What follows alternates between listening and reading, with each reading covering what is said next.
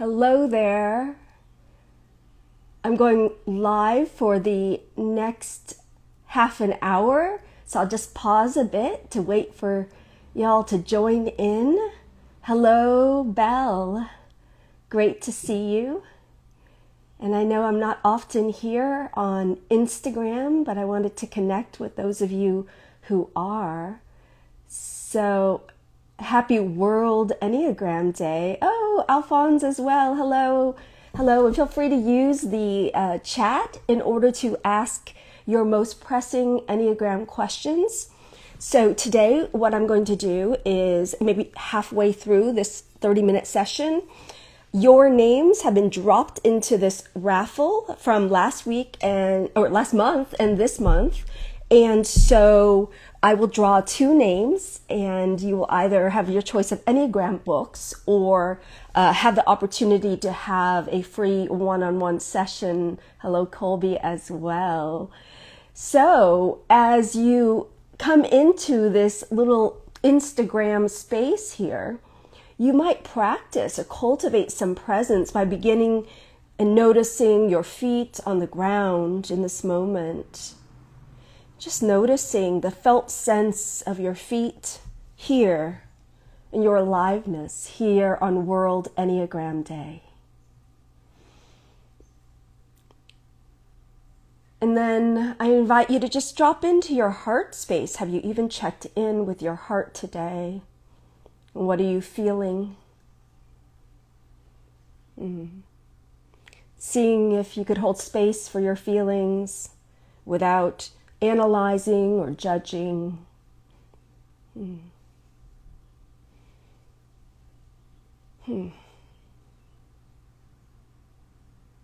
then being a witness or observer of what is happening in your mental space, but letting your thoughts float by like clouds in the sky.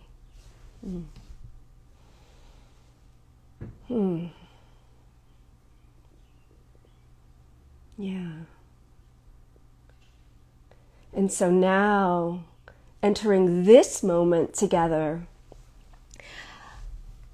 in honor of World Enneagram Day, I want to start by sharing how amazing it has been on my journey to get to teach or facilitate Enneagram classes or workshops around the world.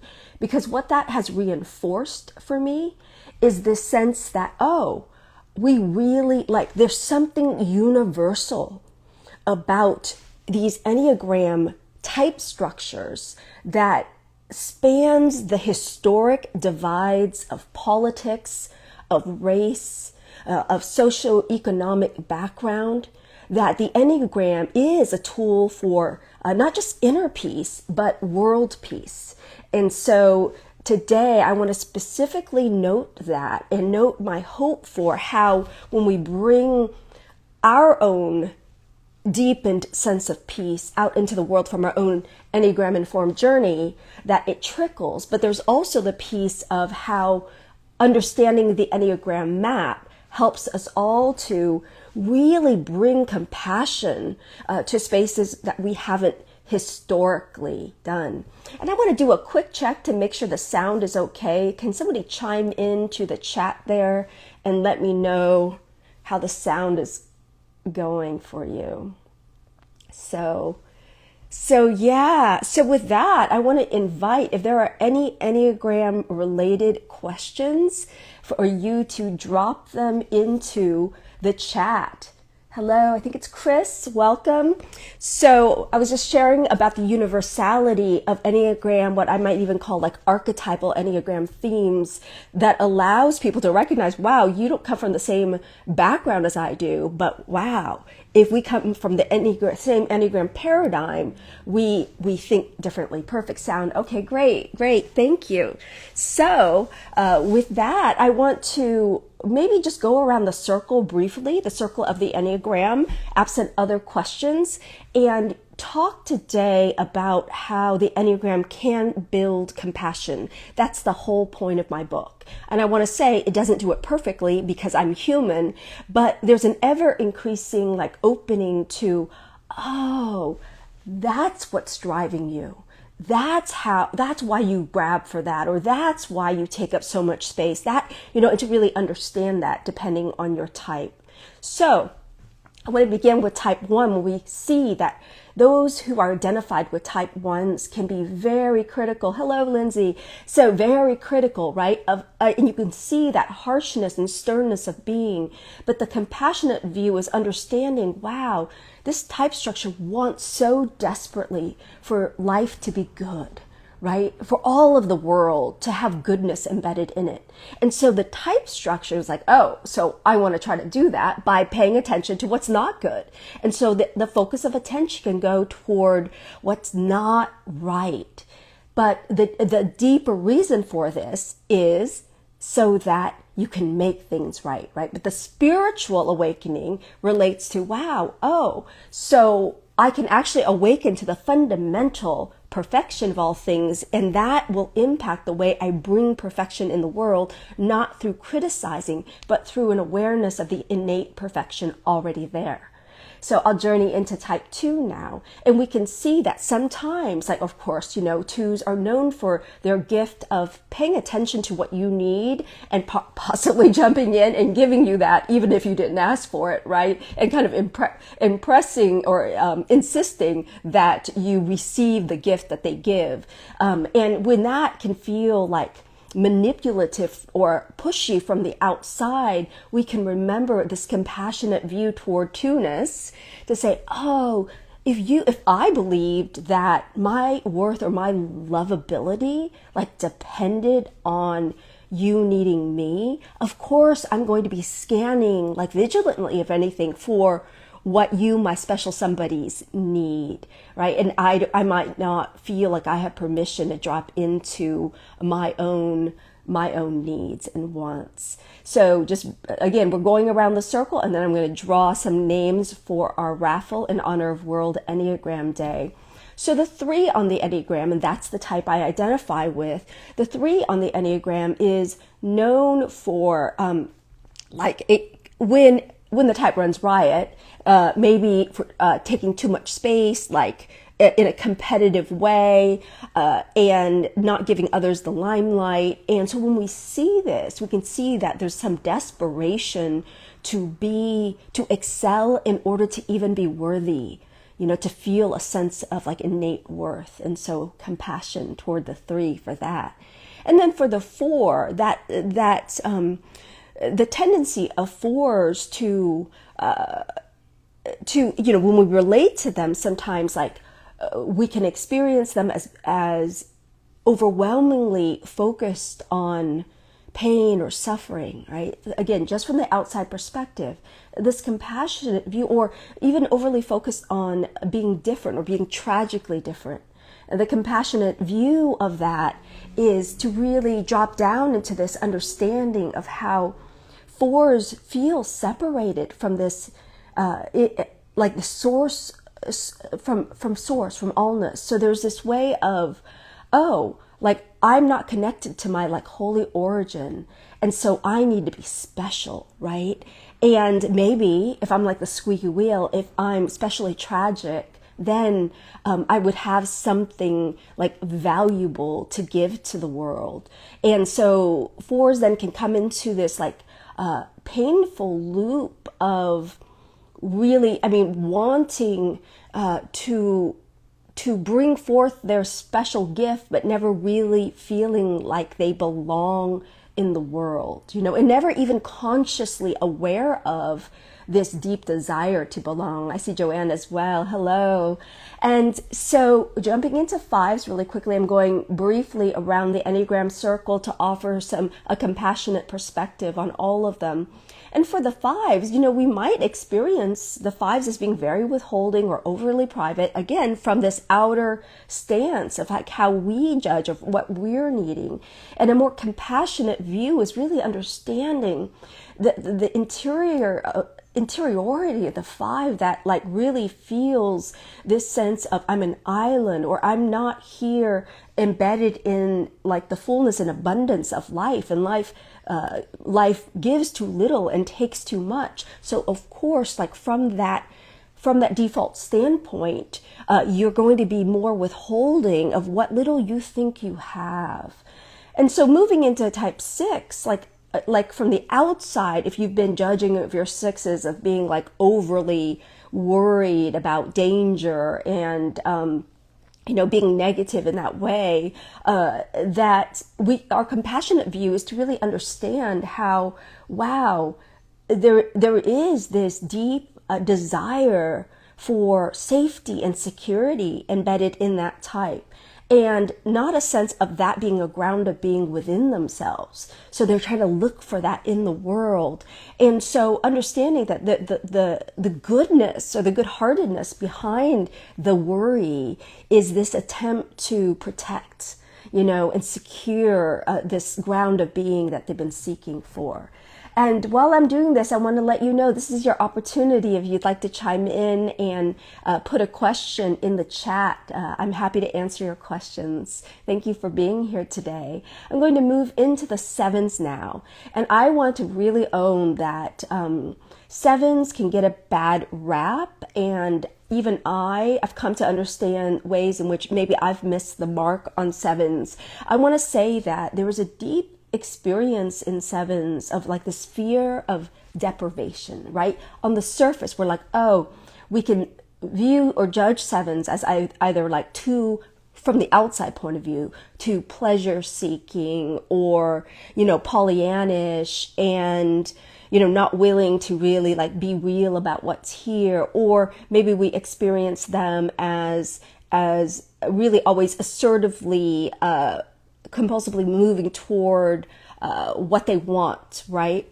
And the compassionate view for 7s is partly from understanding this deep, deep terror that lives within the type, this feeling of deprivation that drives it. A friend of mine in the Enneagram world was recently describing it, her name's Stephanie, recently describing it as like mother's milk. Like as a baby, you didn't get the milk and now you're reaching for it. So it doesn't feel like you're just being selfish. It's just almost like if I don't go after it, like I'm not going to just have the basics of my life happen, right? Like my milk and like don't get in the way, don't limit me or in the way of like my good. There's a desperation, and it helps 7s to understand that comes from like a wounding around the belief in nurturing. And when you can drop into your heart space and allow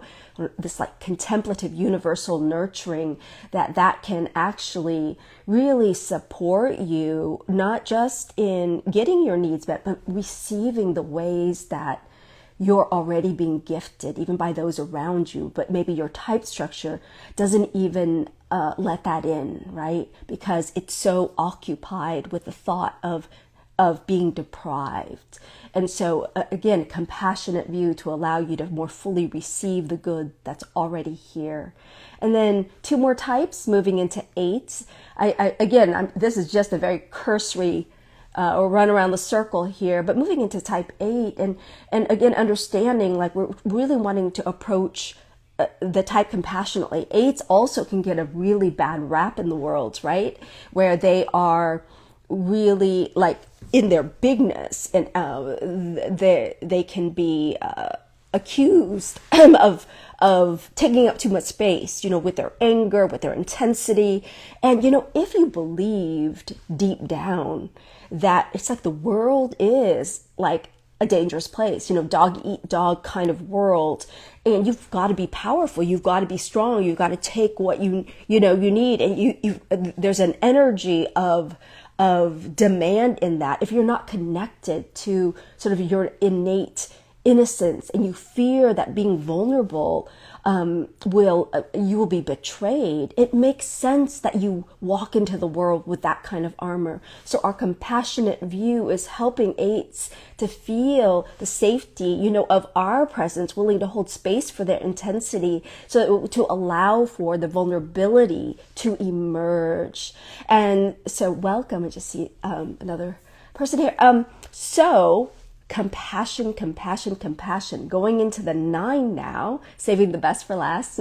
So going into the 9 and recognizing, because I can get triggered when like 9s can have a certain like sleepiness to their bearing, where it feels like they don't want to be bothered, and for me, like my desire for connection, it can sometimes not get met, right? Or they can meander in their conversation. I'm just owning like some of the things that can trigger me.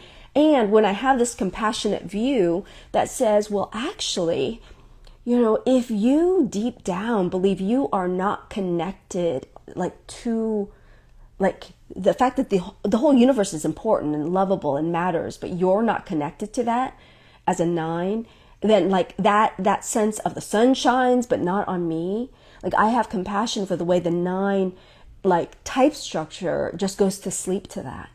And so that sort of vagueness is a way 9s can defend the desire just to not be bothered, is a way that they can defend against the pain of feeling that like existential sense of like insignificance. Like, will it matter anyway if I show up? And I say to all of you, and especially to 9s, that it does deeply matter that you show up from your truth.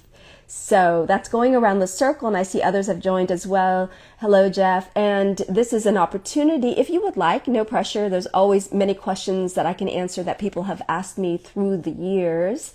But now that we're at our halfway point, I am actually going to draw names from the raffle. So we had a raffle in April, and if your name wasn't called, it's still here in the bowl, so you can see everyone's names.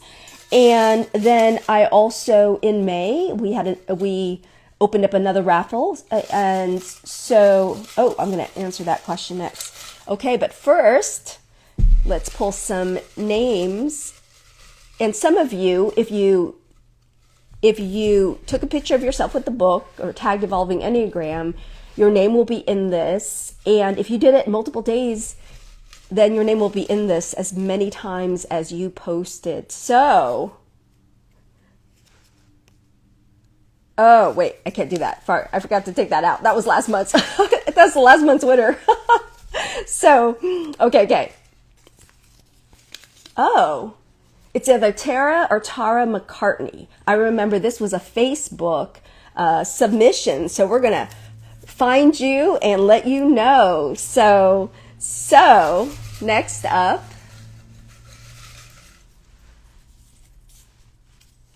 Tom Nye. Speaking of our 9, so those are the 2 winners for this month. And again, this is the way that, as someone who like doesn't have like a massive following, that I'm supporting getting the message of my book out to the world. So those are our winners, and I want to answer the question that's been posted in chat. Oh, the question is, how important is it to know your wing type in the Enneagram, and how do you balance your core type with your wing influence? So there is some debate among master teachers in the Enneagram world about like the significance of the wings. I personally don't focus on it a ton because I believe that there is enough inner work to do based on your core type, right? So it's like, and the core type being a structure, a paradigm for approaching the world, that once we kind of unravel that structure or open that up, it frees us in many ways. But what I found about the wings, for those who are brand new, the wings are basically this idea that when you have a core type on the Enneagram, your main point, that there are 2 numbers right next to you. Like, for instance, if you're 1, you cannot have a 7 wing. Some people talk about it like that. Your wing has to be one of the numbers next to you. And so there's some idea that even if you have a core point at a number, like let's just use 1 for an example, then if one of the points next to you can kind of flavor the way that is expressed. So you might at core have the perfectionism, that type structure of like really being disconnected from like the perfection of the universe in the one.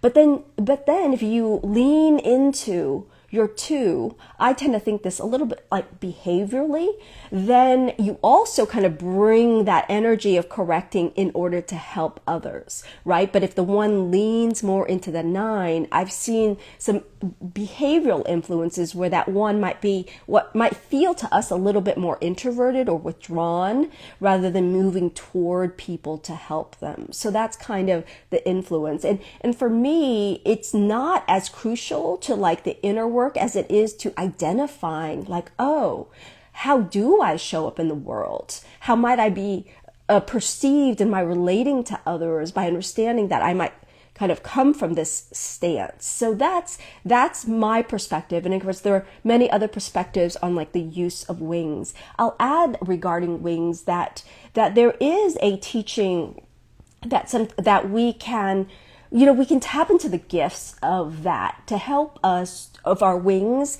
to help us break free a bit from like the habit of our type.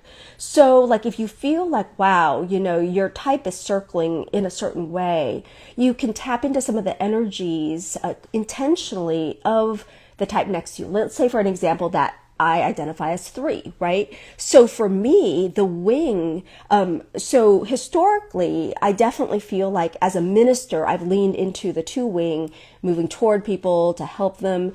But recognizing that in the 4 that is right next to my type, there's this gift of going within, going more deeply. And so kind of recognizing the gifts of that like sense of withdrawal into the depths of my interiority can be a path if I intentionally lean into that, a path that maybe is not about like doing or accomplishing, but about feeling and being. Then I can intentionally open up to an aspect that it's not like I'm becoming a 4. It's that I'm becoming more whole in myself by inviting that 4 energy into me. So that's the way that I work with wings. So thank you so much for that question.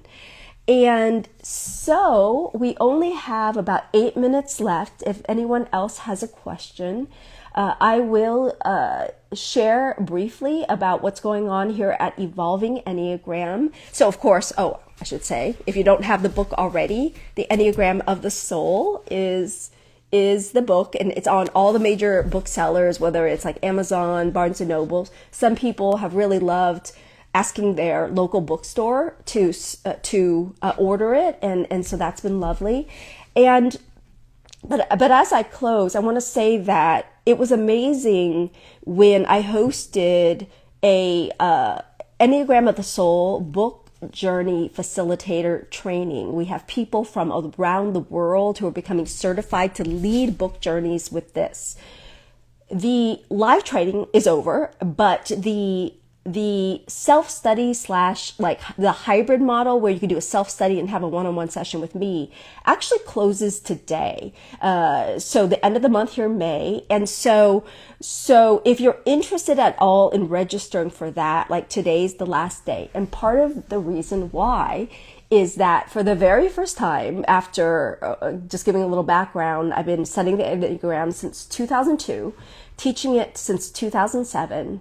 And I'm finally launching my own contemplative Enneagram practitioner training and certification program. That launches tomorrow. So you can sign up for our email list at evolvingenneagram.com. If you sign up for the list, we're going to send out a 10% early bird discount code.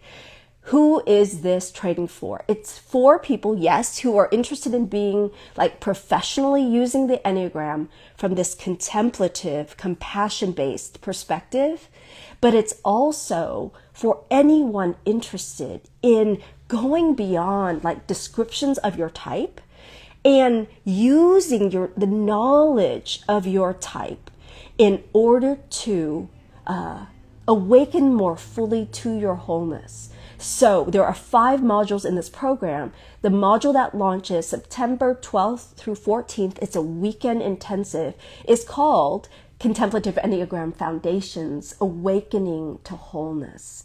So just imagine an immersive process that uses the Enneagram not as something, another thing like, oh, I'm going to read about this, I'm going to learn about this, but as a tool for healing and transformation, to immerse yourself in a community that is focused on understanding. So it's like you can interpret the Enneagram as a map for your own conscious awakening. I see that Tom Nye has just joined, and the good news, Tom, is that your name was actually pulled, so you are a raffle winner. So yay for you.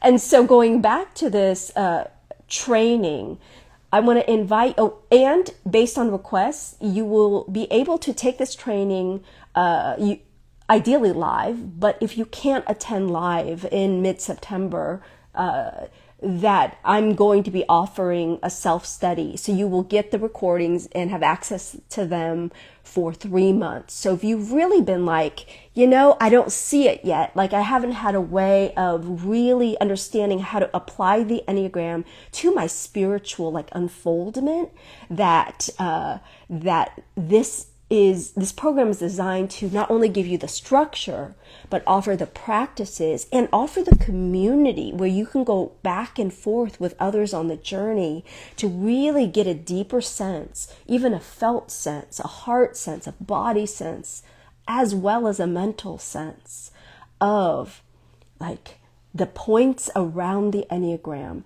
helping you to feel into points that confuse you, right? That you tend to judge the most, or that tend to judge you the most, and opening your heart, opening your being to the ways that these aspects of our shared humanity are within all of us. So I don't teach that we're every type. I think that's sloppy language. What I teach instead is that we have a core type, but we have access to all the points on the Enneagram. Why?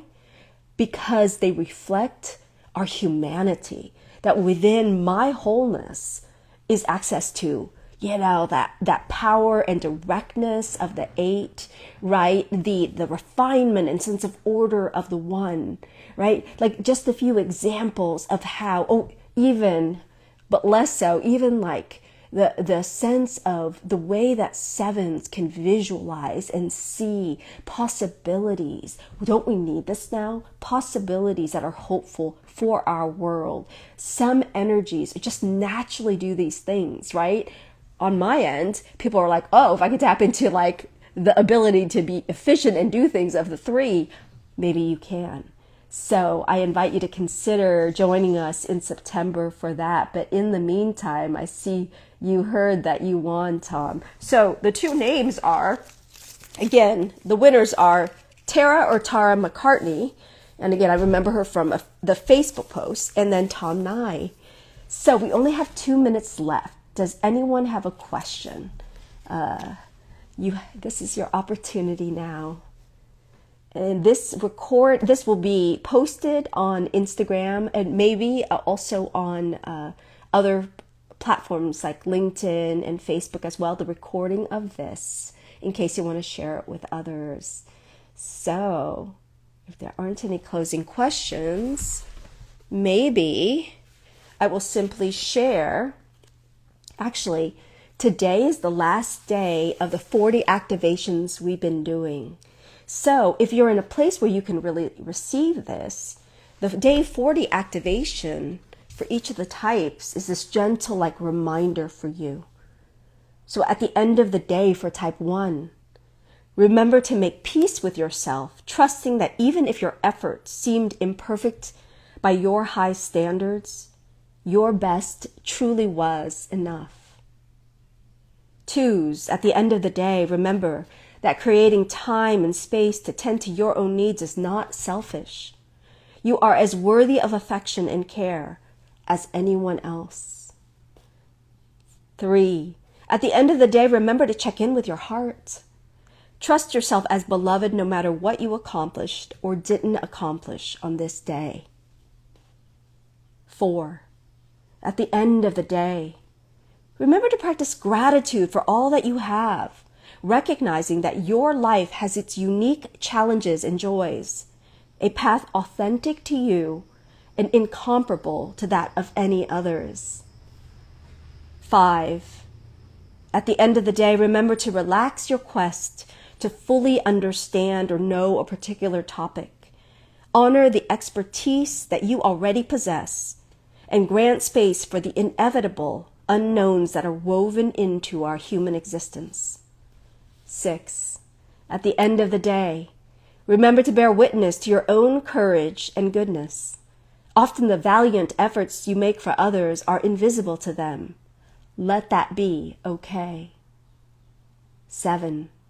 At the end of the day, remember to review the past 24 hours rather than jumping impatiently to future planning. Dwell especially on the moments when you experience joy, beauty, contentment, or satisfaction. Let those memories fill your heart. 8. At the end of the day, remember to give yourself permission to ask for support. As strong as you are made stronger by the care you are willing to let in. 9. At the end of the day, remember that it's okay to have differences in perspective with those around you.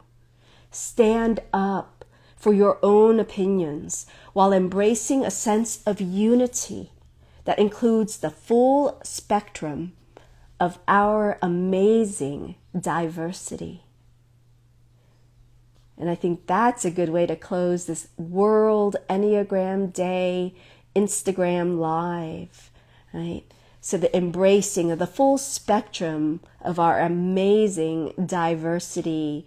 So shout out to all the Enneagram enthusiasts, students, teachers around the world.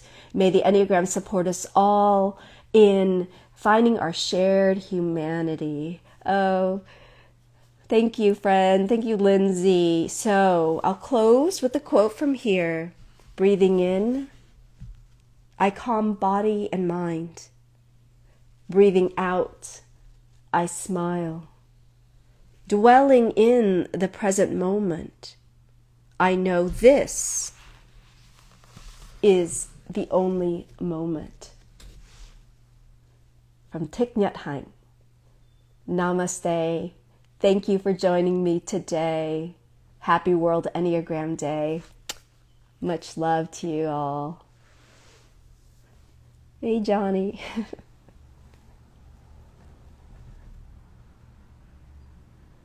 Thank you.